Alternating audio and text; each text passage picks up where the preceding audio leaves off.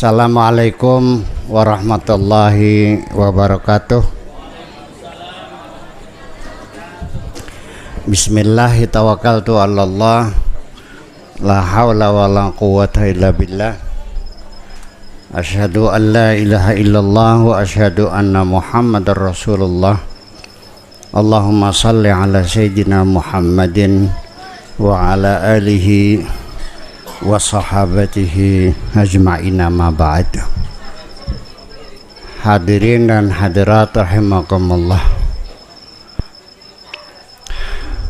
Tadi dalam tilawatul Quran sebelum acara dimulai dibacakan yang isinya adalah laqad kana lakum fi rasulillahi uswatun hasanah liman kana yarjullaha wal yawmal akhira wa dzakarallaha katsira. Saya terjemahkan dulu ke dalam bahasa Indonesia supaya kita paham. Laqad kana lakum fi rasulillahi uswatun hasanah. Di dalam pribadi Kanjeng Nabi Muhammad itu terdapat percontohan yang bagus. Di dalam diri Kanjeng Nabi ada contoh yang bagus yang bisa diteladani oleh kita semuanya. Siapa yang bisa dimangkana yarjullaha, bagi orang yang berharap ingin ketemu dengan Allah, wal yaumal akhir, dan bagi orang yang ingin selamat di akhiratnya, wa dzakarallaha katsira, dan yang banyak berzikir kepada Allah. Itu persyaratannya 3 yang bakal bisa meniru Kanjeng Nabi. Ini nanti yang kita bahas. Tetapi pertama-tama saya ingin mengatakan bahwa masyarakat Sumur Adem saya pastikan adalah masyarakat yang betul-betul mencintai Kanjeng Nabi Muhammad sallallahu alaihi wasallam.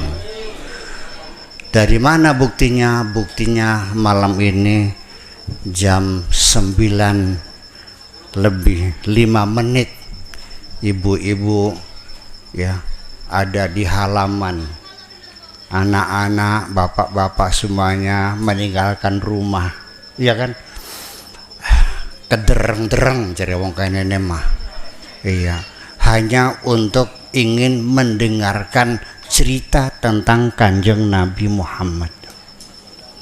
Dan dapat dipastikan pula di situ ada kerinduan di dalam hati kita, rindu kepada Kanjeng Nabi Muhammad sallallahu alaihi wasallam.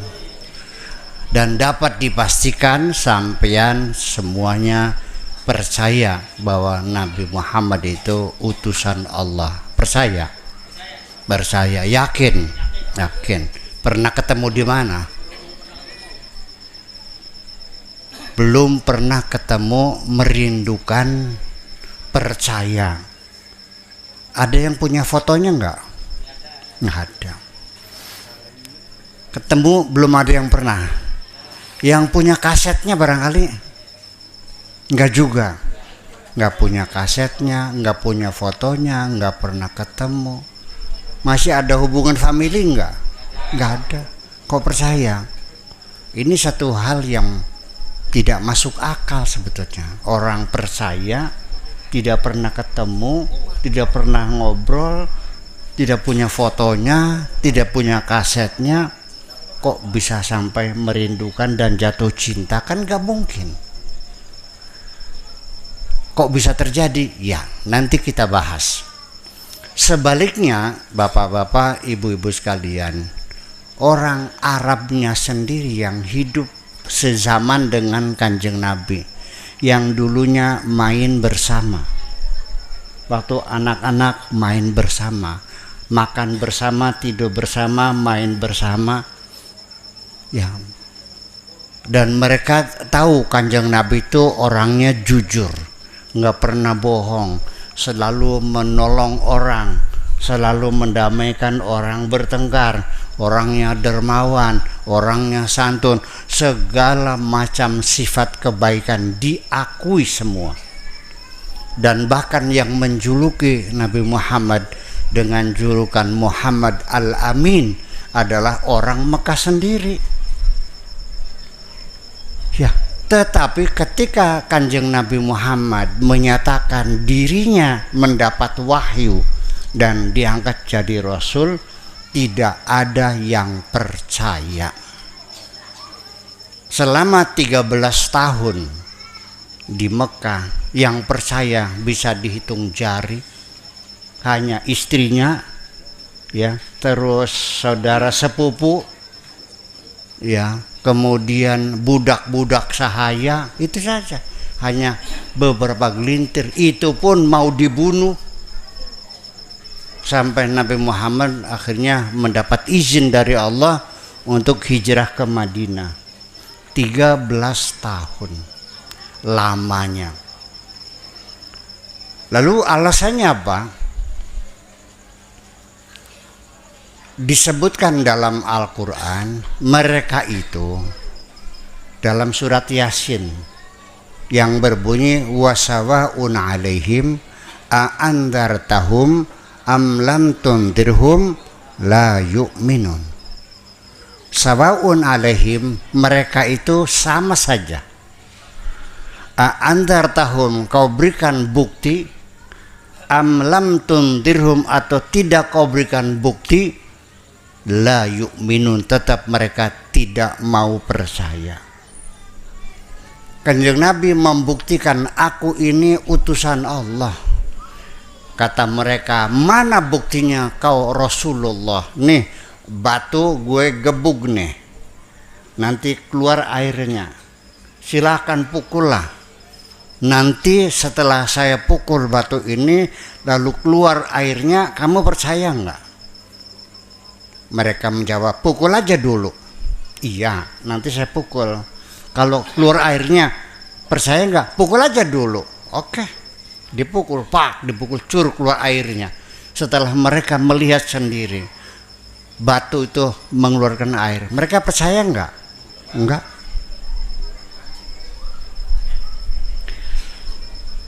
Kemudian lagi, konon ceritanya ada 200 orang kehausan. Tidak ada susu, tidak ada air, tidak ada madu. Kehausan. Oleh Nabi diperaskan dari seekor kambing yang kurus, diperas buat ngasih minum 200 orang. Alhamdulillah kenyang semua. Atau betlung meter, Bu. Atau berarti sebuse atap tuh kantil beli ora. Sampai konon ceritanya bulan dibelah. Nih saya buktikan. Ya silakan buktikan. Kalau ya memang Anda Rasulullah, buktikan. Ngaku-ngaku utusan Tuhan, coba buktikan.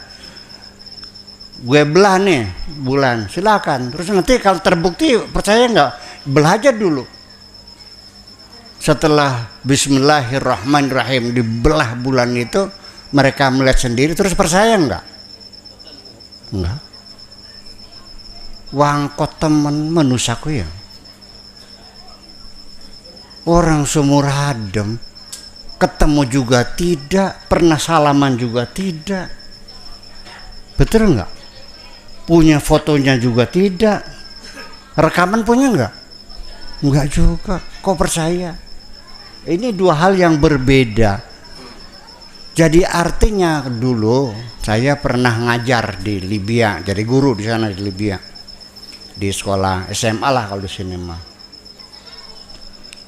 Iya. Mereka bertanya, Pak Guru, dalam bahasa Indonesia begini, kenapa para nabi itu lahirnya di negeri kami semuanya? Di Indonesia tidak ada nabi dari Indonesia itu. Saya jawab, orang Indonesia itu, wahai anakku, orangnya baik-baik, nggak perlu nabi. Cukup dengan wali kecil itu cukup kok. Kalau wali cilik pegang cukup. Iya, padu asal bisa melaku dureng banyus pisan bega wis diambungi tangannya kan. Iya, tidak seperti masyarakat kamu bandel-bandel, nakal-nakal. Iya, 25 nabi diturunkan ya kamu bunuh-bunuhin semua aja. Iya, kamu lawan semua yang ada yang dipercaya. Masih kurang berapa lagi? 25 nabi. Ya, mereka ngelawan terus. Di sini tidak pernah ketemu Nabi Muhammad. Kok percaya? Ditambah lagi yang hari ini kita peringati maulidnya, hari lahirnya. Malam ini maulid Nabi. Itu kapan lahirnya? Itu sudah 1444 tahun yang lalu. 1400 tahun luwih. Dari tahun 571 sampai tahun ya 2023, sudah 1400 tahun yang lalu. Masih percaya juga, masih diperingati juga. Ada apa sebetulnya? Gitu. Ini luar biasa, bahwa bukan itu saja. Kalau orangnya ada, yakin ada. Akhirnya di mana? Di Mekah. Tahun berapa? Tahun sekian. Bulan apa? Bulan ini. Saya tanya, bapaknya tahu nggak? Tahu, namanya Abdullah, ibunya Aminah. Bapak itu siapa? Abdul Muthalib. Kamu percaya nggak? Enggak. Sekamar dengan saya, sekamar waktu kuliah di Syria, sekamar. Jurusan sastra, ya artinya ilmu balaghah, ilmu nahwu, ilmu shorof, ilmu ma'ani, ilmu bayan, ilmu badi. Ya udahlah, kalau di sini mah ulama besar lah, sampai banyak hafal ayat Quran juga, tapi agamanya lain. Gitu. Saya tanya gini, kamu dalam sejarah, mata pelajaran sejarah di sekolah SD dulu, belajar nggak ada orang lahir namanya Muhammad? Iya. Terus dia berjasa mencerdaskan bangsa Arab yang jahiliyah, yang buta huruf, yang goblok, yang perang saudara bertahun-tahun, ya disulap oleh Kanjeng Nabi menjadi bangsa yang paling pinter sealam dunia. Anda mengakui tidak jasanya? Mengakui. Hebat enggak? Hebat. Nabi bukan? Bukan.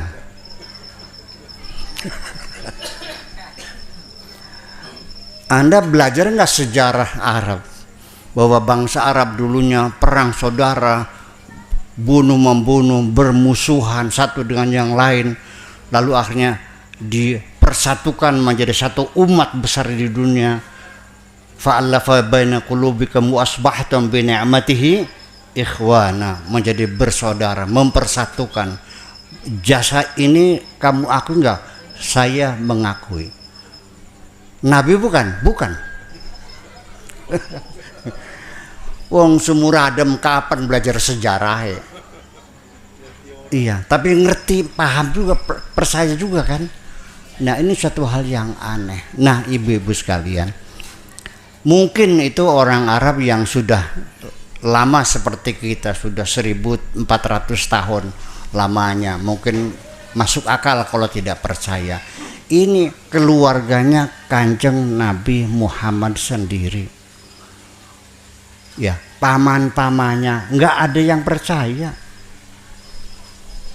bahkan yang memusuhi Kanjeng Nabi ya saudaranya sendiri, yang membunuh ya Abu Jahal juga orangnya. Iya.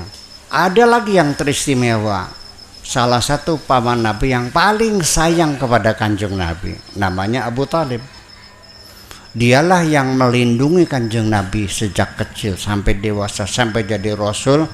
Dia yang memberikan perlindungan. Siapapun yang mau menyakiti Kanjeng Nabi selalu dibentengi oleh Abu Thalib. Sebelum engkau melukai Muhammad, hadapi dulu aku. Pasang badan untuk ini. Nabi bertanya, kenapa Pamanda membela-bela saya? Jawabnya, ya karena kamu ponakan saya, bukan karena saya Rasul, bukan. Paham Bu? Apakah Pamanda membela saya sebagai apa? Ya sebagai ponakan, bukan sebagai Rasul, bukan. Ya tetap suruh baca syahadat nggak mau. Sampai di akhir hayatnya ketika Abu Thalib jatuh sakit, hampir mendekati kematian, Nabi begitu sayang kepada pamannya, sambil dipeluk, dibujuk, mang, ayo ngucap syahadat, emong,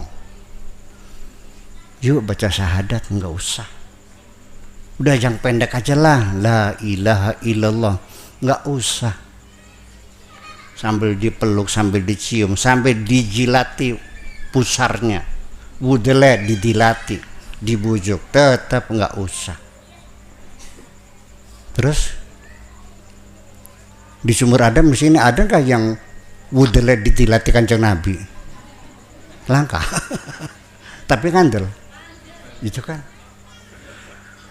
Sampai akhirnya Kanjeng Nabi menghadap Allah meminta, ya sambil sholat, sambil berdoa, ya Allah berilah hidayah pamanku, kuayang temen, ya paman yang paling sayang, masa akan masuk neraka. Sambil menangis memohon kepada Allah, malah dijawab oleh Allahnya, tidak bisa. Ya Allah berilah hidayah kepada pamanku Abu Thalib. Allah menjawab, tidak bisa. Innaka la tahdi man ahbabta walakinallaha yahdi man yasha. Engkau tidak bisa memberikan hidayah kepada siapapun yang engkau cintai. Yang berhak memberi hidayah hanyalah Allah Subhanahu wa ta'ala. Kayak apa sedihnya Kanjeng Nabi menangis. Udah, Allah berkehendak seperti itu. Itu. Jadi terjawablah pertanyaan saya, kenapa orang Sumur Adem tidak pernah ketemu Kanjeng Nabi, tidak pernah melihat kemujizatan Kanjeng Nabi. Kalaupun ya Al-Quran mujizat Kanjeng Nabi, yang maca beakes yang durung bener aja, betul nggak? Masih ada nggak di sini yang Alhamdulillahirabbil alamin? Masih ada? Ya, iya. Tapi ngantil beli. Ngantil. Ya kan, bacanya aja masih bleketak, tapi ngantil. Orang Arab yang sekamar dengan saya tanya, kan jurusan sastra, sama dengan saya, jurusan sastra. Nah itu, saya tanya, Al-Quran yang kamu baca itu ada salahnya enggak? Enggak ada. Bahasanya bagus enggak? Bagus. Isinya bener enggak? Bener. Dibacanya enak enggak? Enak. Percaya enggak ini kalam Allah? Tidak. Ini karangan Muhammad. Jadi selama ini mereka yang tidak beragama Islam itu ya meyakini Kanjeng Nabi bukan sebagai Rasul, tapi yang minimal sebagai pahlawan. Jadi kayak orang Indonesia meyakini kepahlawanan Jenderal Sudirman. Anda mengakui nggak Jenderal Sudirman berjasa? Ngakui nggak? Sebagai Nabi ngandel nggak? Percaya nggak? Sebagai Nabi, Jenderal Sudirman sebagai Nabi percaya nggak? Sebagai pahlawan? Percaya. Nah itu dia persoalannya. Ya. Jadi pada akhirnya terjawablah sudah bahwa jawaban Allah bahwa kamu tidak bisa memberikan hidayah kepada siapapun yang engkau cintai. Innaka la tahdi man ahbabta walakinallaha yahdi man yasha. Tapi Allah lah yang memberi hidayah kepada siapapun yang dikehendakinya. Di sini terjawab, wahai orang-orang Sumur Adem, bapak-bapak, ibu-ibu yang beragama Islam, ini bukan karena otakmu cerdas, bukan karena kamu mencari kebenaran, tapi murni betul-betul dapat hidayah dari Allah Subhanahu wa taala. Alhamdulillah. Nah, selanjutnya setelah kita dapat hidayah, tolong diteruskan hidayah ini, dirawat. Seperti saya titip pot bunga sama Bapak Haji Sulaiman. Ini buat Anda, ini kembangnya bagus, mawar merah. Ya mesti disiram tiap hari, dipupuk tiap hari sambil berbunga, kan begitu. Nah, hidayah juga sama, perlu dirawat, perlu dipupuk, perlu disiram supaya terus berbunga. Jangan diterlantarkan. Makanya udkhulu fis-silmi kafah, yuk masuk Islam seutuhnya, jangan separuh-separuh. Mumpung diberi hidayah, kalau enggak dicabut lagi nantinya. Artinya sampai sekarang masih banyak orang yang dapat hidayah, sudah baca syahadat, sudah masuk Islam, tetapi masih belum menjalani syariat Islam. Ada di sini yang sholatnya rajin, nggak tinggal 5 waktu, tapi wayahna panen, ya, untuk bayar zakat pelantar pelintir. Ada nggak? Sholatnya rajin tapi nggak pernah zakat. Ada nggak? Ya itu. Berarti belum masuk seutuhnya, baru sebagian. Ada lagi zakatnya keluar, dermawan lagi bagi-bagi duit fakir miskin. Tapi kalau masuk bulan puasa mencari dokter minta surat keterangan sakit mah. Ada. Nah itu kenapa sih cang cing nanggung kadar gesir wis teles anjrem sisan. Wis kadar wis teles. Dapat hidayah diteruskan. Ya, kira-kira kayak orang naik mobil di Jakarta, ada yang masuk kakinya saja bus kota tuh, ada yang masuk bokongnya saja zaman dulu, iya kan? Ada yang ya Allah, bokongnya di luar, kepalanya di dalam. Itu masuknya tidak seluruhnya, masuk seluruhnya. Bismillahirrahmanirrahim. Yuk masuk Islam seluruhnya, jangan sepotong-sepotong. Lagi pula di sini saya selingi dulu bahwa segala macam kewajiban yang Allah jelaskan dalam Al-Quran itu semuanya dalam batas kemampuan kita untuk melakukannya. Tidak mungkin Allah menyuruh kita di luar kemampuan. Innallaha la yukallifullahu nafsan illa usaha. Allah tidak akan menyuruh kita kecuali ada dalam kemampuan kita. Tidak mungkin saya menyuruh Bapak Haji Sulaiman untuk memikul beras 2 kintal, nggak mungkin. 1 kintal sanggup nggak? Enggak. Setengah kintal? Wah, 40? Iya, ya udah segitu. Jadi kalau saya ngasih 2 kintal pikul, ya berarti yang nyuruhnya nggak bener. Kerjakan saja lah Bu. Begini teorinya. Apa saja kalau sudah menjadi kebiasaan akan menjadi mudah dan kita sanggup. Iya. Kalau kita sudah tiap hari, nah untuk menyentuh psikomotorik itu minimal 1 bulan. Kita akan menjadi terbiasa dan akhirnya bisa karena biasa, berulang-ulang lama-lama bisa menyentuh psikomotorik ini. Ini penting sekali. Nah, Bapak-bapak dan Ibu-ibu sekian, di penghujungnya bahwa akhirnya kita tadi kembali kepada ayat Quran tadi, laqad kana lakum fi rasulillahi uswatun hasanah liman kana yarjullaha wal yawmal akhirah wa dzakarallaha katsira. Sekarang bagaimana kita meniru orang yang hidup di abad ke-7? Bayangkan, belum ada listrik, belum ada sampo, belum ada sabun, belum ada mesin jahit, belum ada pabrik tekstil, betul nggak? Belum ada internet, belum ada radio, belum ada mesin tik, belum ada. tidurnya masih di tanah, masih primitif, abad ke-7.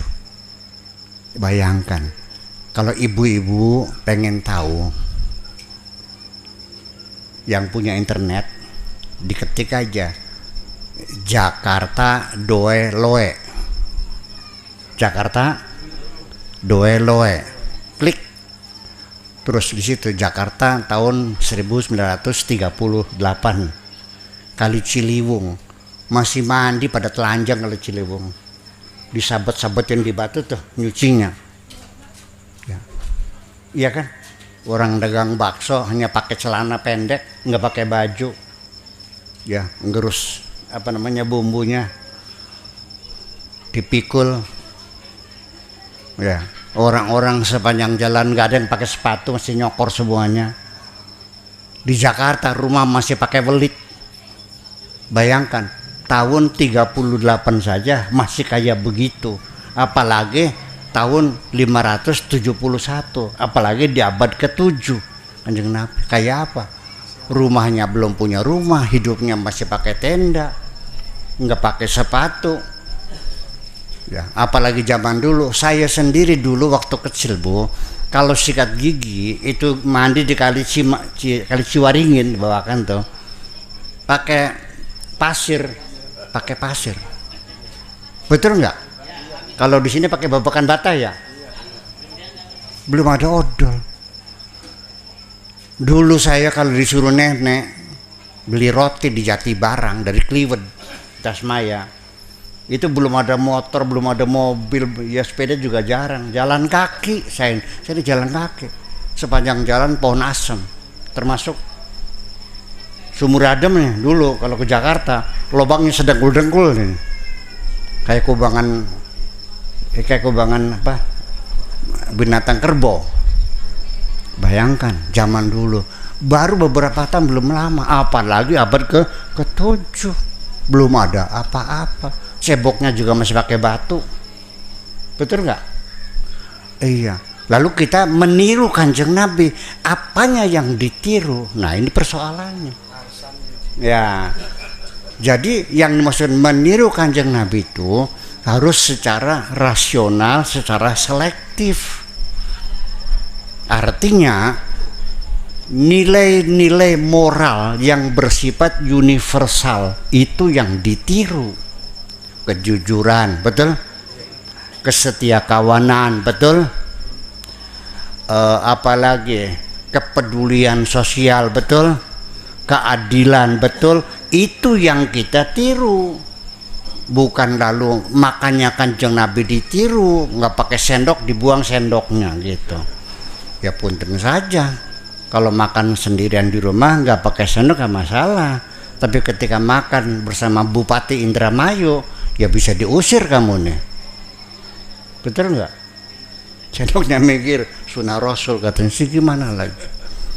Iya. Jadi ada orang yang berpahaman meniru Kanjeng Nabi secara letterlek apa adanya, sehingga ketika kita cebok dengan tisu, bid'ah, nggak bisa. Kenapa? Karena Nabi tidak pernah menggunakan tisu. Ya benar, nggak pernah menggunakan tisu. Sebabnya apa? Dia belum ada tisu. Jadi pakai apa? Ya pakai batu. Ada yang begitu. Saya tidak menyalahkan. Saya tidak menyalahkan dan tidak mentertawakan. Ya sudah, kalau memang dia yakin bahwa pakai batu itu lebih sunnah daripada pakai ya lebih sah daripada pakai tisu. Sikat gigi pakai siwak, ya odolnya tinggal dibuang sudah, nggak pakai sikat gigi, pakai odol Pepsodent lagi, udah pakai siwak aja, nggak ada masalah. Silakan secara pribadi, karena bagaimanapun saya harus menghargai kecintaan seseorang, kerinduan seseorang kepada Kanjeng Nabi, pengen meniru persis, silakan. Itu mah ada nilai plusnya. Saking senengnya, saking demennya. Sampai bajunya ya dituru pakai jubah, pakai sorban, mobilnya dibuang-buangin ganti pakai onta, ya mangga, silakan. Boleh? Enggak terbelakang, enggak. Jangan menghina, saya tidak menghina. Itu boleh gitu. nggak ada masalah, saking cintanya. Pokoknya apa saja dalam pikiran kita, orang yang diidolakan oleh kita, cenderung kita menirunya. Ingat gak dulu waktu saya masih kecil, ada seorang penyanyi legendaris, ya, penyanyi lagu-lagu country di Amerika Serikat, namanya Elvis Presley. Pernah dengar nggak? Nah, iya, celananya di paha merepet, lutut ke bawah biar, namanya cut. Hampir sampai kampung-kampung cut bras semua, betul nggak? Tuh. Terus ada lagi idola yang digemari anak muda, penyanyi pop juga, namanya Michael Jackson. Lagunya Thriller kayak gitu. Nah itu rambutnya dikriwil-kriwil. Santri saya ada yang rambutnya kayak Michael Jackson dikriwil-kriwil. Orang cinta seperti itu, nggak ada masalah. Baik, saya hormati, berarti Anda betul-betul mencintai Rasulullah. Nggak ada masalah.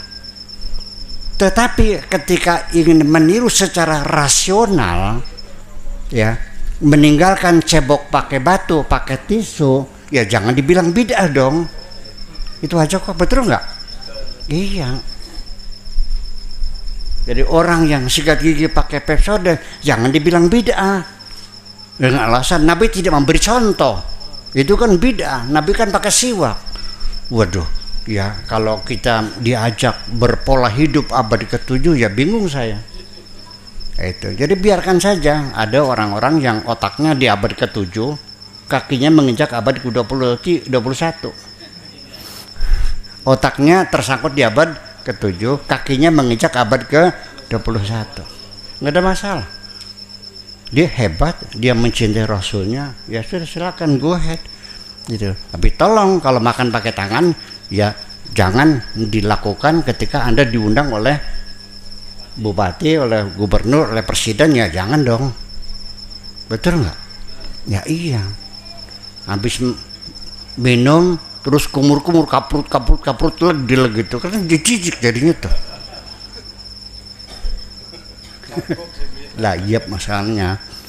Termasuk juga meniru Kanjeng Nabi. Begini, ketika istri kita selingkuh, apa yang kita lakukan? Ada dua kemungkinan, ada kalanya dipecel atau disate. Kalau kita punya istri, ada dua kemungkinan, mungkin dipecel atau mungkin di sate. Kalau ketangguhan istri kita selingkuh, betul nggak? Tapi kalau suami selingkuh, ketangguhan, bilangnya sunnah Rasul. Masa menyakiti istri sunnah Rasul? Bener bisir aku. Bukan, istrimu itu manusia bukan sih? Manusia. Kok dikasih menyakiti istri kok sunnah Rasul? Oke. Nah itu, jadi artinya ketika kita meniru Kanjeng Nabi juga secara rasional, itu saja persoalannya. Nah nanti akibatnya dengan segala macam urunan hukum-hukumnya juga akan berubah semuanya. Dulu asal orang tua wali bapak itu tinggalnya jauh, ya 92 farsakh sama dengan 90 kilometer, maka anak perempuan bisa nikah tidak mesti harus walinya hadir, cukup dengan wali muhakam. Ini adalah putusan fikih zaman abad ke-8, abad ke-9 setelah Nabi meninggal. Jadi perempuan itu dulu ketika tahun abad ke-10, abad ke-11 di Indramayu, mungkin orang Indramayu ya kan gitu mau kawin, bapaknya tinggalnya di enggak lorongnya 90 kilo aja. Kertasmaya sampai kemana? Subang, Pamanukan lah, Pamanukan 90 kilo. atau Ciasem. Ciasem masih ada sekarang, dikawinkan, bapaknya bingung, ini gimana masih dibawa lari sama laki-lakinya, dikawinkan di Ciasem karena sudah lebih dari 90 kilonya, gimana lagi. Itu kan dulu orang dari Kertasmaya mau ke Ciasem, zaman dulu belum ada mobil, belum ada motor, belum ada sepeda, jalan kaki kan. Berapa bulan tuh nyampainya tuh? 2 hari. Belum ada jalan, belum ada jembatan, belum ada apa. Ya, setiap mau nyabrang sungai bikin getek dulu. Dipangan buaya pisan. Nah, jadi wajar zaman dahulu wali-wali muhakam. Ya, sesepuh yang ada di situ mewakili bapaknya. Zaman sekarang ya nggak bisa dong. Nah, ini juga mesti dipikir ke sana. Jadi rasionalisasi beragama perlu kita mulai sekarang, ya, supaya kita betul-betul diupdate keagamaan kita nih. Ya, bapak-bapak dan ibu sekalian, banyak sekali sesungguhnya dalam meniru Kanjeng Nabi. Silahkan cara makannya, cara minumnya, tetapi perlu diketahui meniru itu semuanya gampang. Nggak perlu sekolah lagi, nggak perlu ngaji lagi, tinggal beli jubah, sudah pakai jubah kayak Kanjeng Nabi, pakai sorban. Siwak, pakai beli siwak, nggak perlu ilmu, nggak perlu kecerdasan, itu mah gampang. Yang susah itu meniru moral Kanjeng Nabi yang bersifat universal, kejujuran, penghormatan kepada orang lain, iya kan? Ya, kasih sayang, kemesraan, kepedulian sosial, ya, siap menolong orang siapapun, itu yang susah. Nah, itulah makanya ibu sekalian, yuk malam ini kita memperingati Maulid Nabi ini sebagai satu simbol untuk membangun semangat kita meniru Kanjeng Nabi secara rasional. Artinya bukan hanya baju dan pakaiannya saja, itu mah gampang, nggak pakai ilmu aja. Yang penting otaknya yang cerdas, belajar seperti apa. Saya kira nanti itu kita kita sambung dengan dialog, ya. Nanti dalam dialog bisa kita kembangkan. Begitu saja. Assalamualaikum warahmatullahi wabarakatuh. Mangga silakan yang jadi MC siap diatur. Ibu-ibu juga saya harapkan juga ada muncul banyak pertanyaan.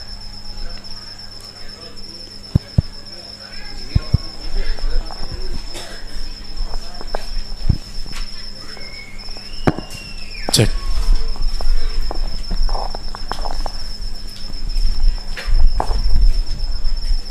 Terima kasih pada Buya yang sudah memberikan kesempatan waktunya. Perlu nama enggak? Nama saya Afandi, jabatan? Perlu. Tadi Buya bilang kita perlu rasionalisasi agama. Apa bedanya dengan liberalisasi agama, Buya? Iya.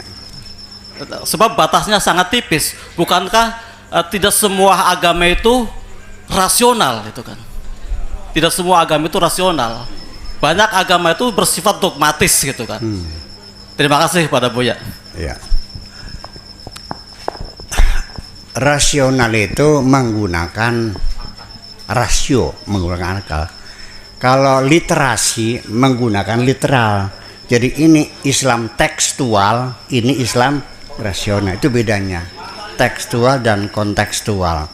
Jadi apa adanya saja. Satu contoh saja. Bulan puasa orang Islam boleh tidak puasa kalau ya kuntum maridan aw ala safarin wa iddatum min ayyamin ukhar. Secara tekstual, tukang beca boleh nggak puasa? Tukang masul boleh nggak tidak puasa? Ya nggak boleh secara tekstual. Karena hanya alasannya wangkutu maridon, sakit, au ala safarin, atau dalam perjalanan. Jadi musafir dan sakit itu yang jadi alasan orang boleh tidak puasa. Tapi nanti dibayar. Wa'idatu min ayyamin ukhar, itu kan tekstualnya. Betul nggak? Betul nggak gitu? Nah sekarang secara rasional, kenapa orang sakit boleh tidak puasa, orang sudah musafir dipuasa? Tahu nggak alasannya apa? Ijtinaban min istima'il masyaqqatain, menghindari berkumpulnya dua keberatan, beratnya puasa dan beratnya perjalanan. Betul? Betul begitu? Oke, ini rasional. Nah sekarang orang masul boleh nggak tidak puasa? Nanti dulu nggak boleh secara tekstual. Ya udah. Jadi pribadi ya sak lenger ya. Kudu puasa. Nah sekarang saya mau nanya, saya dari Kertasmaya ke Jakarta naik mobil BMW seri 7 sing kayak ombak banyu pakai AC sambil denger lagu Celine Dion ya, pakai AC 2 jam nyampe. Saya boleh makan nggak? Boleh. Tapi kalau orang masyhur boleh nggak? Perjalanan ke Jakarta dengan masyhur mana yang lebih berat? Masyhur. Itu rasional. Tetapi sampai sekarang andaikan Bapak Haji Sulaiman ngasih makan orang masyhur bulan puasa disupatani sirahnya. Ya, artinya ya memang tidak bisa rasional. Masyarakat kita masih belum menerima rasional. Ya pokoknya didogmakan semuanya. Pokoknya Al-Qur'annya wa in kuntum maridan awala safarian, bukan ala maculin tuh nggak ada wala maculin tuh. Ya itulah tidak didogmakan semuanya. Lalu bagaimana? Apa betul agama itu dogma? Enggak, agama itu rasional. Berapa banyak Al-Quran mendorong kita untuk rasional. Sampai Al-Quran saja diturunkan dengan menggunakan bahasa Arab. Inna anzalnahu Qur'anan Arabian la'allakum ta'qilun, surat Yusuf. Al-Quran selalu dipanggil ya ulil absar, ya ulil albab, afala yatadabbaruna al-Qur'ana am ala qulubin aqfaluha fa'tabiru ya ulil albab. Kita selalu didorong untuk berpikir, lalu dari mana kita mengambil kesimpulan agama itu dogma? Bagaimana kita meyakini sesuatu yang nggak masuk akal? Itu yang jadi persoalannya. Ya, tetapi Bapak-bapak, Ibu sekalian, saya tidak menolak dogma. Saya menerima dogma. Memang ada hal-hal dalam agama yang tidak masuk akal. Tetapi bagi saya dogma itu sifatnya sementara. Ketika saya belum bisa menjawab, dititipkan dulu di kotak dogma. Karena kita belum didukung dengan sains dan teknologi. Titip dulu ini kotak dogma gitu. Begitu ilmu pengetahuan berkembang dan terjawab, ya kita ambil lagi, sudah selesai dogmanya. Nah ini banyak sekali. Dulu orang bertanya kirim Fatihah itu bid'ah, siapa yang menyampaikan? Idza mata ibnu Adam in qata amalu illa min salasin. Udah mati ya udah, dikirim apa yang nyampe? Yang ngirimin siapa? Tukang posnya siapa? Pakai fax, pakai telegram. Dulu kirim Fatihah itu tidak akan nyampe. Nah sekarang punten dengan teknologi ini, Haji Leman berapa nomor rekeningnya? Oke, tek. Tit. Coba dicek masuk enggak? Diambil uangnya ada nggak? Yang nganter siapa? selesai kan? Itu nggak dogma lagi. Jadi kita memaklumi kalau orang mengatakan ini dogma karena belum terjawab secara sains dan teknologi. Terus ya selesai dogmanya, itu aja persoalannya. Jadi ya kalau seandainya kita beragama berdasarkan dogma semua, sejak kapan? Silakan beragama, tapi jangan dengan cara seperti ini. Ada orang beragama caranya seperti ini. Yang penting yakini saja, nggak usah mikir dah. Pejamkan matamu, matikan lampu, tutup jendela dan pintu, percayalah. Wes, yang penting percaya. Wes, lampu dimatikan, jendela pintu tutup, mata merem, yang penting andel. Gitu tah caranya beragama tuh. Yang kedong, ya, la akla liman, la dina liman, la aklalah. Tidak ada agama itu, nggak wajib kalau orang itu otaknya nggak punya. Orang gila wajib beragama nggak? Kenapa? Ya kan nggak ada otaknya. Kan agama harus dipikirin, bukan di. Jadi itu persoalannya. Nah, Bapak sekalian, ini masalah dogma bagi saya sifatnya sementara. Saya tidak menolak dogma, menerima dogma, tapi sementara. Kalau sudah terjawab ya selesai. Ya kan begitu. Dulu para wali bisa ngobrol jarak jauh. Ngandel beli zaman bengen. Orang ngandel bengen mah. Bengen orang ngandel. Bagaimana? Iya kan? Ya itu kan bohong. Masa ngobrol kelihatan. Setelah ada teknologi ternyata bisa nggak? Setting kan? Kelihatan. Oh bisa. Jadi gelombang manusia juga sama, lebih canggih daripada gelombang elektron ini kok. Kenapa? Nah, jadi artinya dulu orang menganggapnya dogma. Zaman dulu, sebelum ada pesawat terbang, sebelum ada nuklir, sebelum ada roket, sebelum ada orang tua bilang, nanti besok di akhir zaman akan ada besi bisa terbang. Nggak ada yang percaya kok. Betul nggak? Bobat, masa besi bisa terbang? Dilemparin tuh jatuh lagi. Nggak ada yang percaya. Orang gila tuh. Tapi sekarang percaya nggak? Percaya. Buktinya mana? Kapal terbang. Ya sudah. Itu kan terjawab semuanya. Jadi jangan kau dogmakan selamanya. Tidak. Dogma itu sementara. Karena kitanya yang bodoh. Wa ma utitu minal ilmi illa qalila. Ilmu yang Allah berikan kepada kamu itu sedikit sekali kok. Jadi jangan sombong semuanya harus rasional. Ya tidak, dogma juga ada, tapi dogma juga sementara. Sementara ilmunya belum dibuka oleh Allah. Itu aja persoalan. Oke. Nggih. Nanti. Ya, literasi. Bukan.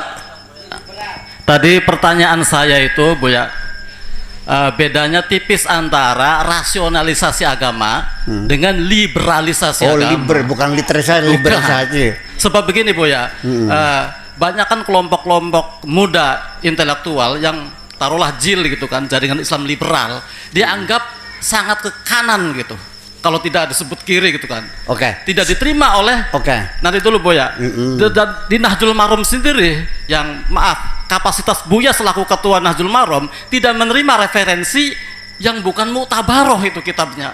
Taruhlah kitab-kitab yang tulis oleh intelektual zaman sekarang. Jadi rasionalisasi itu belum diterima oleh masyarakat Islam sekarang. Iya. Itu. Iya. Jadi makanya kita perlahan-lahan aja gerasa gerusu, semua ada takarannya. Kalau masyarakat belum siap rasional ya sudah, penting aja tukaran. Saya juga dituduh liberal kok. Awit kapan saya jadi liberal? Yang ketua Nahdlatul Maram iya kan. Nah itu artinya bahwa mampukah Nahdlatul Maram mengeluarkan fatwa hasil bahasanya tukang macul di sawah boleh tidak puasa? Berani nggak? Berani nggak?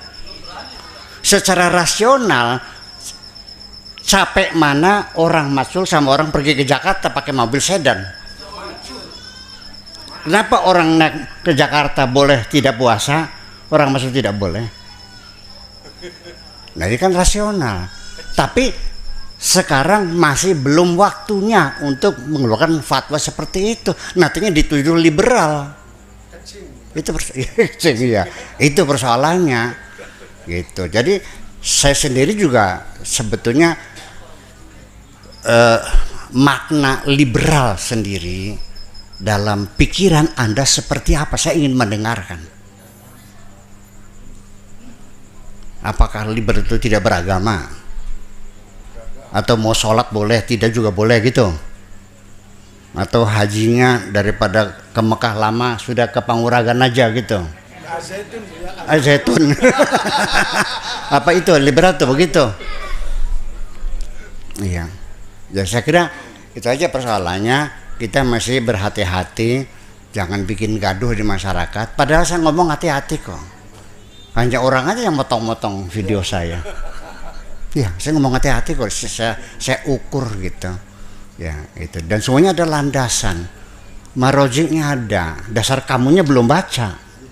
Itu persoalannya.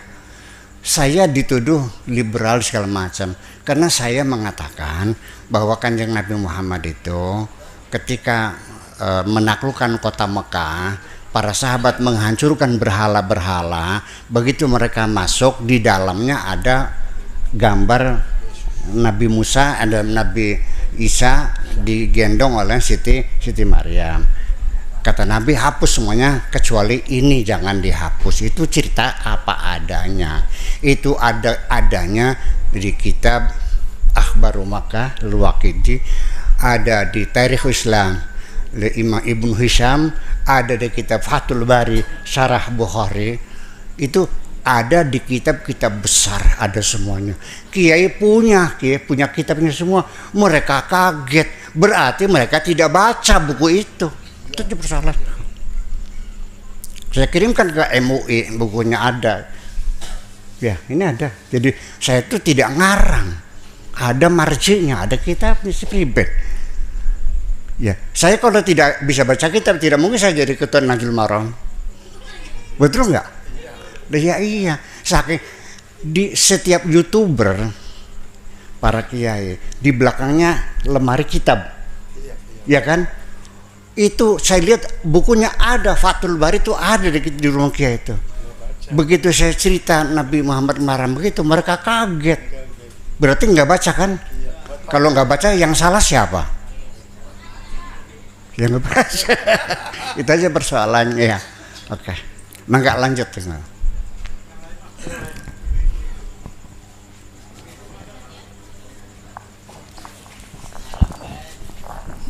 Assalamualaikum warahmatullahi wabarakatuh. Nama saya Haji Asep. Tadi menyinggung masalah pernikahan muhakam.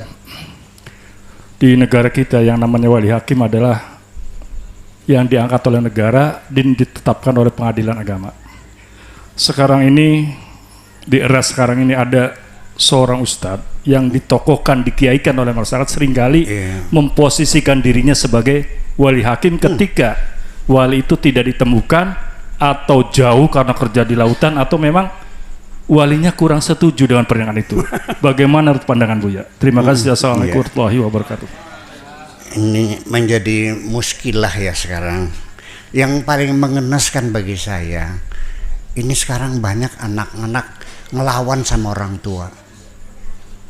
Iya, ibunya ngancam. Bakasira maksa kawin karo bocah lanang nganggo anting. Sing nganggo anting ka? Sing rambutnya dikepang kayak jaran ka? Wis milih melum kanta melum bokira. Iya, melu karokan ya wis seles menaningkir. Bayangkan sakit hati orang tua. Saya ingin ngasih nasihat kepada anak-anak muda yang sudah kebelet jatuh cinta. Nggak ada masalah. Ya, silakan nikah, ada cara yang bisa ditempuh. Bukan wali hakim, nggak bisa. Yang masih ada aja.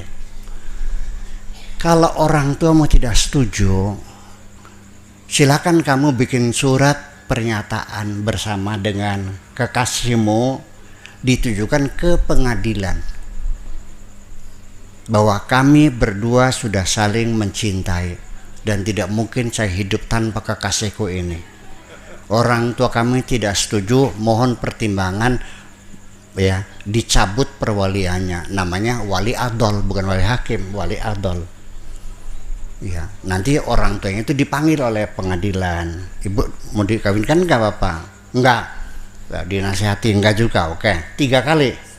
Kalau orang tua tetap tidak mengawinkan, maka pengadilan berdasarkan permohonan yang bersangkutan, maka perwalian Bapak itu dicabut oleh pengadilan dan dinikahkan oleh pengadilan. Namanya wali adol, gitu caranya ya.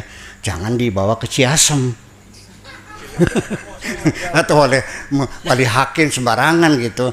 Ya, di Indramayu banyak wali-wali naib internasional nih. Naib internasional ngangkat dirinya jadi wali hakim. Ya nggak bener dong gitu.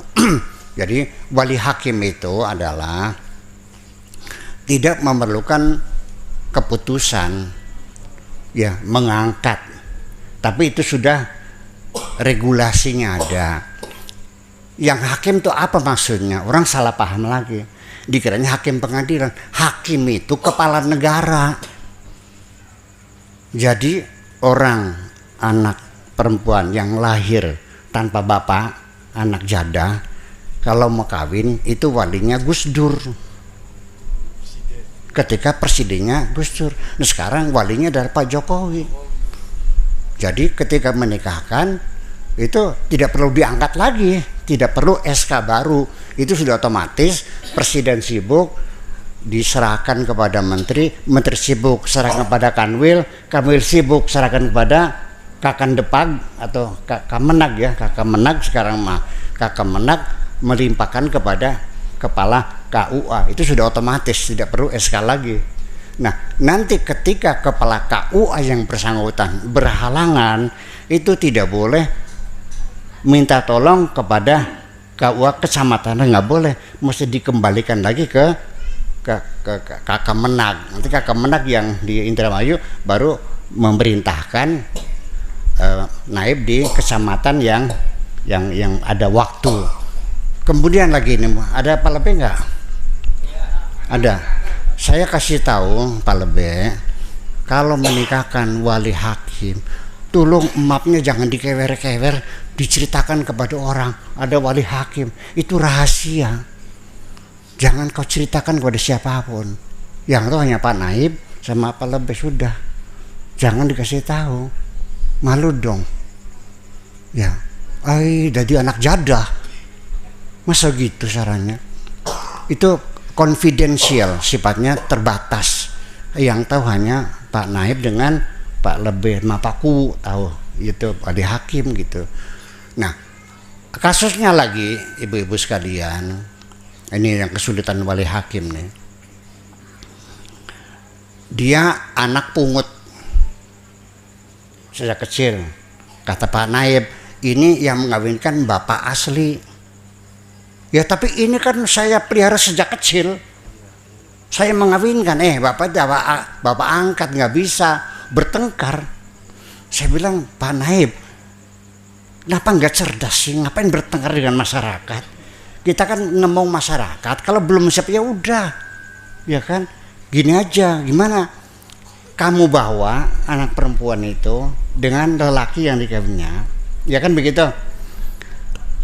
Dikawinkan di KUA, wali hakim di kantor, saksinya ya pegawai KUA, sudah selesai, berarti sudah sah kan? Nah, nanti bapak angkatnya itu silakan menikahkan lagi di atas meja, banyak tamu, sahabat suka, angkat silakan, itu sandiwara. Sah nggak tuh? Ya sah. Gitu aja, dengan bijaksana, jangan bertengkar percuma. Yang orang masyarakat biasa nggak paham, dikiranya melihara sejak kecil, berarti anak saya kan gitu persoalannya. Ya, jadi ada wali hakim itu tidak memerlukan SK lagi dan tidak dibenarkan ada orang menikahkan orang sebagai wali hakim. Dasarnya apa? Ya kan begitu. Dari wali hakim itu adalah, saya coba seorang naib kamu naib, iya. Bagaimana ijab kabul ketika wali hakim? Saya mau dengar. Begini, zawajtuka wa ankahtuka Hasanah binti Adam. Binti Adam. Yang wali hakim jadi binti Adam. Ya bintil hakim dong. Cip. Zawajtuka wa ankahtuka Hasanah bintil hakim, itu binti Adam. Bintil hakim selesai. Tapi kalau itu binti Bapak Jokowi boleh? Iya. Tetapi kalau kita menyebutkan namanya, makanya pada waktu Gus Dur, zawajtuka wa ankahtuka Hasanah binti Gus Dur. Umpamanya ketika ijab kabul, tepatan 5 menit sebelum ijab kabul Gus Dur meninggal dunia, ini bisa nggak sah karena sudah meninggal Gus Durnya. Jadi yang lebih aman bintil hakim. Hakim siapa saja. Begitu presiden meninggal ya wakilnya yang menggantikan. Mati lagi menteri pertahanan yang menggantikan, dan seterusnya. Itu kira-kira pengertian wali hakim itu bukan pengadilan tapi penguasa. Dan itu secara undang-undangnya wali hakim itu ya secara otomatis tidak perlu SK lagi, langsung dari presiden ke menteri agama, ke kanwil, ke Kemenak sampai ke kecamatan-kecamatan yang disebut dengan kepala kantor KUA. Begitu kira-kira.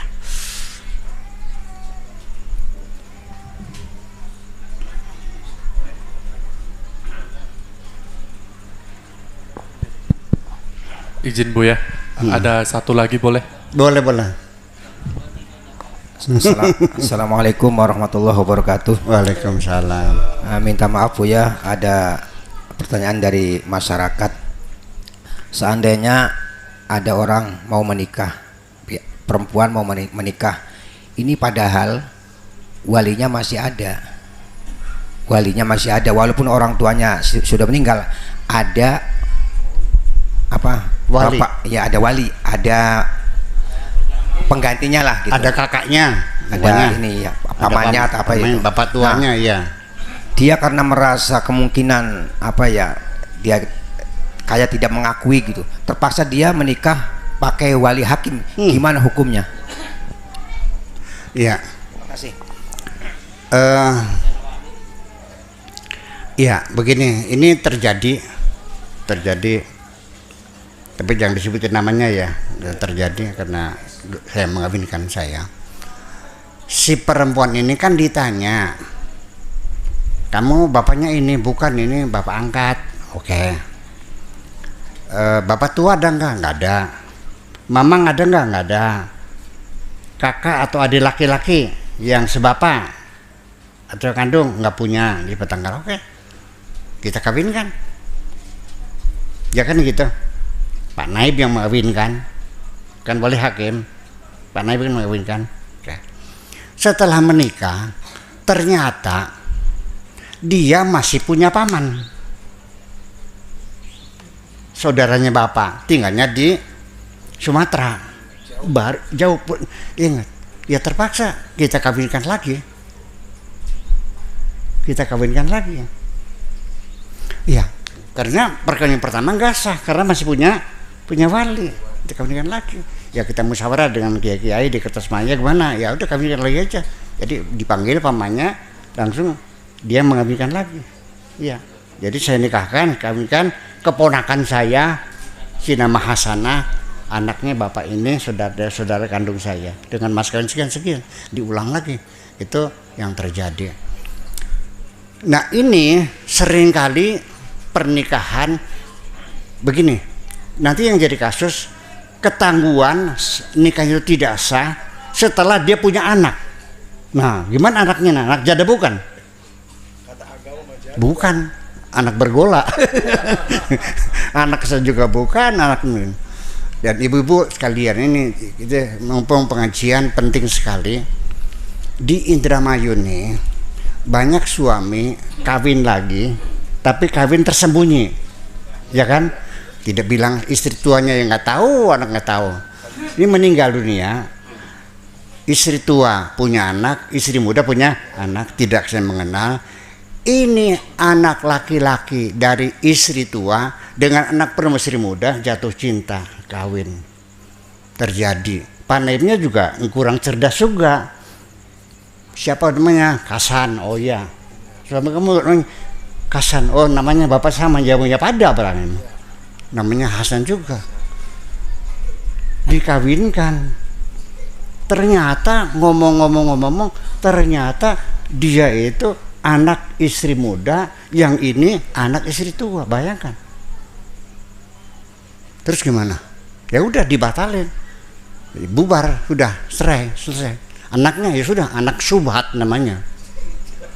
Itu makanya bapak-bapak tolong kalau kawin lagi bilang ya. Ini bahaya soalnya, kesian kan. Nah, kan ini iya, bilang itu bilang jujur kan, jangan bersembunyi-sembunyi. Itu nanti berbahaya. Itu terjadi, bisa terjadi. Sekalipun kita pernah melihatnya sekali, tapi kan bisa mungkin berkali-kali gitu. Oke, satu lagi boleh.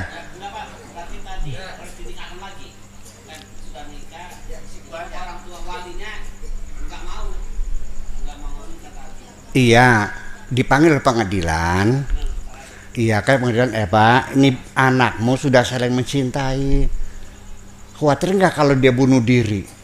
Ya kan begitu. Nggak bisa ngotot bawahnya. Ya sudah, kalau Pak tidak mau nikahkan, kami pengadilan yang menikahkan. Namanya wali adol namanya. Iya, iya itu sah nikahnya wali adol. Apa aja?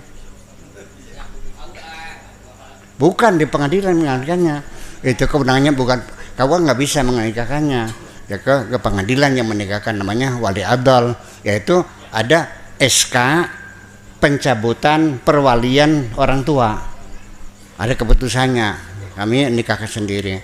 Tapi sekalipun begitu masih perlu dimediasi, lebih baik yang menikahkan adalah walinya. Nih Pak, kalau nggak mau menikahkan, pengadilan menikahkan. Bapak nggak malu nih, masa punya anak nikahan pengadilan? Udahlah, oke ya sudah selesai, buat menikahkan gitu. Ya, itu sulatnya adalah sah. Begini lagi nih persoalannya. Ini antara undang-undang pernikahan sekarang sudah ada revisi lagi, bahwa usia menikah laki-laki dan perempuan sama, yaitu umur 19 tahun. Dengarkan Bu, 19 tahun. Kalau kurang 19 tahun tidak boleh menikah. Dulunya sebelum ini perempuan 16 tahun, laki-laki 18 tahun. Sekarang disamakan jadi 19 tahun. Oke. Nah, kalau kita baca kitab kuningnya, tidak ada hukum Islam membatasi usia. Betul? Makanya Pak Naib, sebelum Anda menikahkan, konfirmasi dulu, tanyakan di depan ini pada pengecekan ulang administrasi, apakah ada paksaan? Enggak ada. Usianya benar, enggak dibuat palsu, enggak asli. Nah, itu kalau enggak, hak naibnya bisa masuk penjara menikahkan anak di bawah umur. Ini dulu tahun 1974 didemo oleh umat Islam di Indonesia ketika undang-undang pernikahan disahkan. Kenapa melarang, membatasi usia padahal Allah tidak membatasi? Kafir. Kawin paksa, kalau anak perempuan itu gadis dan walinya bapak kandung, maka wali mujbir boleh memaksa anak perempuan yang masih gadis, sah kawinnya. Betul nggak? Setuju nggak? Nah, ini persoalannya. Negara kafir. Kenapa? Wa man lam yahkum bima anzalallah faulaika humul kafirun. Melarang kawin paksa, padahal kitab kuningnya Allah tidak melarang. Sejak zaman Nabi sampai tahun 60-an, tahun 74 tidak dilarang orang tua maksa. Saya mau nanya, anak perempuan kamu itu manusia bukan sih? Mungkinkah kau paksa dengan laki-laki yang tidak dicintainya? Undang-undang melarang, hukumnya Allah tidak melarang. Oh, jadi Tuhanmu membolehkan kawin paksa. Di sini perlu rasional beragama. Betul nggak? Iya dong. Masa negara menyebut negara kafir karena melarang paksaan? Nah itu kan jadi seperti itu persoalannya. Lah ya iya, itulah makanya yuk kita beragama rasional. Ya nggak mungkin dong, masa anak baru lahir dikawinkan sah. Ditugu dulu, maksud saya ditugu 4 tahun dikawinkan, Bu. Sah. Fikihnya begitu, kalau anaknya kurus tidak boleh dipakai, tapi kalau gemuk bisa dipakai. Bayangkan. Itu hukum Islamnya begitu kok. Fikihnya ayo kita buka kitabnya bersama-sama kalau nggak percaya. Anda setuju begitu? Jadi perlu rasional nggak beragama nih? Gimana lagi? Iya jujur dong. Ini kan saya takut nanti ibu-ibu pada murtad nih. Masa Islam tidak menghormati perempuan? Perempuan itu manusia, bukan masa udah kawin dipaksa. Kan itu kira-kira. Jadi pada akhirnya bahwa begini juga, banyak hasil-hasil kajian fikih 4 madhab dalam pernikahan ini yang nggak masuk akal. Begini ceritanya,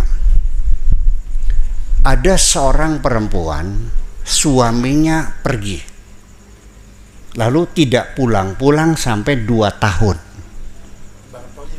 Iya. Akhirnya dia mengadu ke pengadilan, ini bagaimana saya ini? Ya udah, kemana nggak tahu, apakah diculik orang, apa dibunuh orang nggak tahu. Akhirnya majukan pengadilan, diputuskan meninggal dunia. Nah, sejak dikeluarkan SK meninggal dunia, setelah selesai iddah, perempuan tadi kawin lagi. Nah, setelah kawin lagi punya anak 3. Setelah punya anak 3, suami yang dulu hilang itu datang. Nah, ini masalah nih begini. Datanglah ke Abu Hanifah, mazhab Hanafi, Abu Hanifah. Wahai Abu Hanifah, ini bagaimana hukumnya? Perempuan ini menikah, tiba-tiba suami dulu masih hidup datang lagi. Kata Abu Hanifah, pernikahan yang dengan suami yang kedua dinyatakan batal. Oke? Setuju. Terus bagaimana? Kembali kepada suami yang pertama. Betul. Setuju, betul nggak? Pernikahan yang kedua dibatalkan, kembali kepada suami yang pertama. Tetapi ini anaknya 3. Ini anaknya siapa? Kata Abu Hanifah, anak suami yang pertama. Sok dibuka kitabnya. Nah ya itu persoalannya. Ini Abu Hanifah yang berpendapat. Mau begitu jadi anak suami pertama? Bukan aja. Enggak, ini siapa? Nah itu persoalannya ya. Jadi artinya kita rasional karena hukum itu akan berkembang sesuai dengan situasi dan kondisi. Hukum itu adalah selalu berkembang, kondisional. Belingan tuh masa aja hukum kondisional. Al hukmu yaduru ma'illatihi. Begitu saya sebutkan dalilnya pakai bahasa Arab baru percaya, oh konon.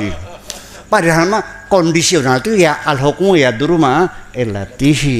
Jadi artinya hukum itu selalu berkembang dengan situasi dan kondisinya. Bapak-bapak ibu sekalian, sebagai kata penutup setelah masih ada pertanyaan lagi enggak? 1. Oke deh, mangga silakan. Terakhir ya nih ya. Iya. Oke.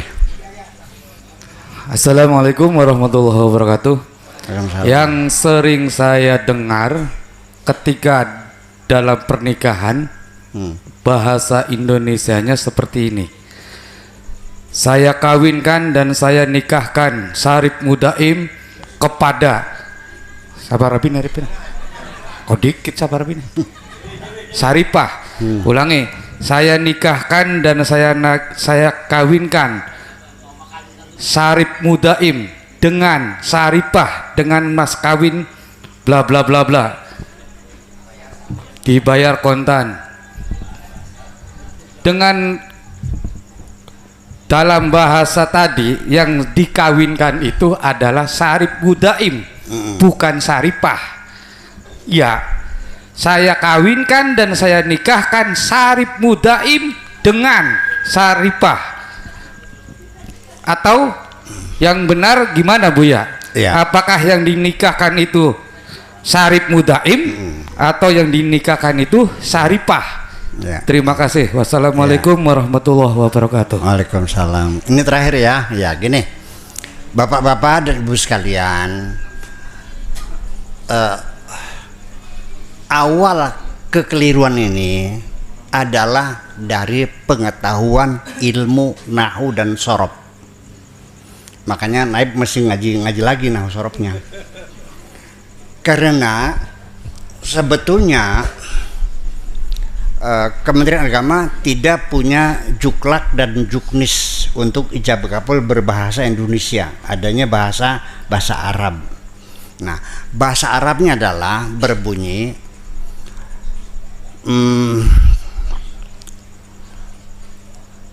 ini yang barunya bapaknya langsung ya, atau Naib.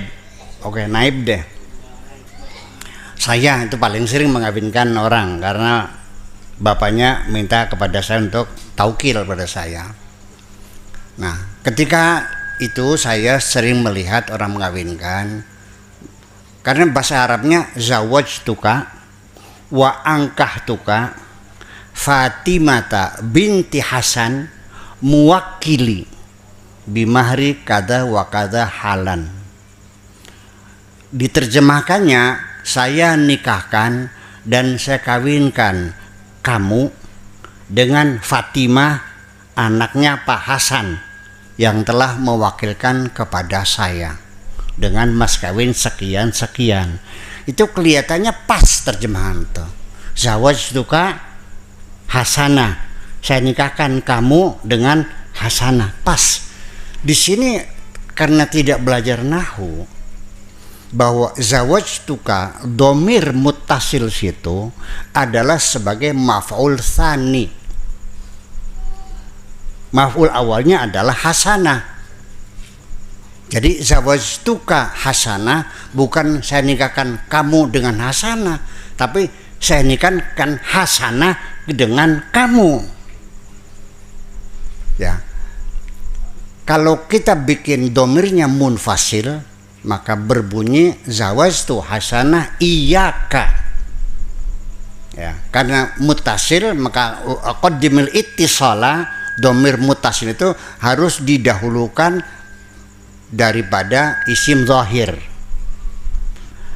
Dalam bahasa Inggris juga sama. I give you money. Gimana bahasa Indonesianya? Saya memberikan uang kepada kamu. Saya menyerahkan uang kepada kamu. I give you money. I give, saya ngasih you, kamu. Saya serahkan kamu kepada uang, gitu. Di sini persoalannya. Ketika maf'ul awal, maf'ul tsani sama-sama manusia, itu gak kelihatan salahnya. Tapi kalau salah satunya manusia, salah satunya barang, kelihatan salahnya. Saya nikahkan kamu dengan hasanah atau saya nikahkan hasanah kepada kamu, itu nggak kelihatan salahnya. Tapi ketika dua maf'ul itu yang satu manusia, yang satu benda, I give you money, terjemahnya bukan saya serahkan kamu kepada uang, tapi saya serahkan uang kepada kamu. Bapaknya bilang, Buya Sakur, tolong nikahkan anak saya bernama Hasanah, ya kan begitu, dengan laki-laki bernama Abdullah, dengan mas kesekian, nggih kula tampi mangga. Jadi saya mewakili. Maka saya dalam bahasa Indonesia mengatakan, wahai pengantin namanya Abdullah, wah Abdullah, saya nikahkan, saya kawinkan Hasanah, anaknya Bapak Haji Sulaiman yang telah mewakilkan kepada saya dengan mas kawin 3 juta dibayar kontan. Itu yang benar. Tapi kalau lihat dari struktur bahasa Arabnya, zawajtuka, jadi saya nikahkan kamu, itu kebalik. Jadi tolong diingatkan para naibnya, jadi bukan saya nikahkan kamu, tapi saya nikahkan Hasanah kepada kamu. Itu pernah saya juga bertengkar dengan seorang naib yang ngotot, nggak bisa sama aja. Pak, bagaimana sama? Ini dua-duanya iya sama. Coba salah satunya maf'ulnya itu benda, uang dengan kamu. Saya serahkan kamu kepada uang atau saya serahkan uang kepada kamu? Ya iya itu persamaannya. Jadi si Hasan ini, bapaknya Hasanah namanya Haji Sulaiman, menyerahkan saya, tolong kawinkan anak perempuan saya. Berarti yang dikawinkan siapa?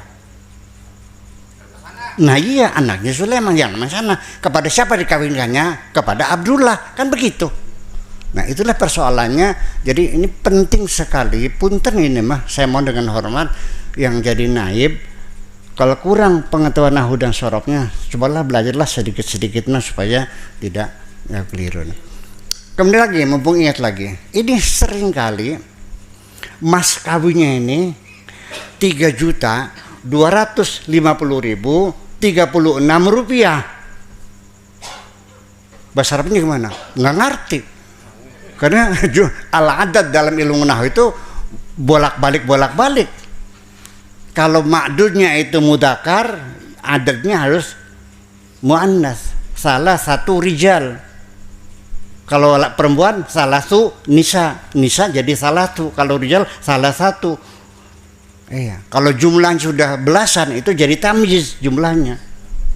Yasrina rojulan. Nah itu nggak paham. Jadi punten ini mah pada Bapak Naib ya, kalau Anda nggak bisa menyatakan jumlah bilangan bahasa Arab itu rumit sekali ya. Ya lebih baik pakai bahasa Indonesia saja sih. Betul nggak gitu? Setuju nggak gitu? Terus juga yang penting kan sah, nggak pakai gaya-gayaan. Ini sekalian mumpung lagi ada saya tambahan ini terakhir. Ini saksi. Kalau mazhab Abu Hanifah, saksi itu hanya lidaf'il fitnah. Ya, jadinya tidak menjadi syarat sah. Jadi kita nikahkan saja, setelah nikah kita bikin undangan, tamu hadir, kita umumkan bahwa anak saya sudah nikah, itu saja. Tapi kalau Imam Syafi'i, saksi itu harus hadir fil majlis, harus hadir, 2 orang saksi harus hadir. Oke? Satu. Yang kedua, ayyakuna alimaini bilughatil aqdi, harus paham dengan bahasa ijab kabulnya. Ini banyak sekali di kampung ya pengantinnya santri, tapi masyarakatnya nggak ada yang bisa bahasa Arab. Saksinya pamannya, tetangganya yang tidak bahasa Arab. Ini kurang diperhatikan. Betul nggak? Iya, jadi saksinya mana? Saya 2. Bisa bahasa Arab nggak? Nggak bisa, udah bahasa Indonesia saja. Ini juga teguran saya. Ya, mohon diterima gitu, jangan tersinggung. Yang demokona sih, ya kalau nggak terima ya udah nggak apa-apa. Saya mah gitu. Jadi baiknya gimana? Ya sudah, kalau tidak ada saksinya, itu kadang-kadang seledor, kita lupa kadang-kadang itu. Ya, dalam pernikahan banyak yang rumit sekali yang kurang diperhatikan. Nah, kenapa jadi harus tahu bahasa ijab kabulnya? Karena saksi menurut mazhab Syafi'i adalah sebagai syarat sah, sebagai rukun daripada pernikahan. Jadi tugasnya kalau terjadi ijab kabul salah, maka saksi membetulkan. Nah itu. Nah kalau nggak ngerti bahasanya gimana membetulkannya? Dari mana dia tahu salah dan benar ijab kabulnya kalau tidak tahu bahasanya? Nah itu pertama. Nah kemudian lagi banyak sekali ijab kabul semacam itu tuh ada yang terakhir sekali yang bagi saya perlu disampaikan juga ya, mungkin insyaallah ini syarat taklik tolak itu persis kayak ancam-ancaman. nggak etis baru menikah aja. Apabila satu, menyakiti badan istri saya, apabila tidak memberi nafkah, apabila memberi dekat, maka jatuh talak satu. Gimana lagi? Nggak etis baru nikah aja, ancam-ancaman.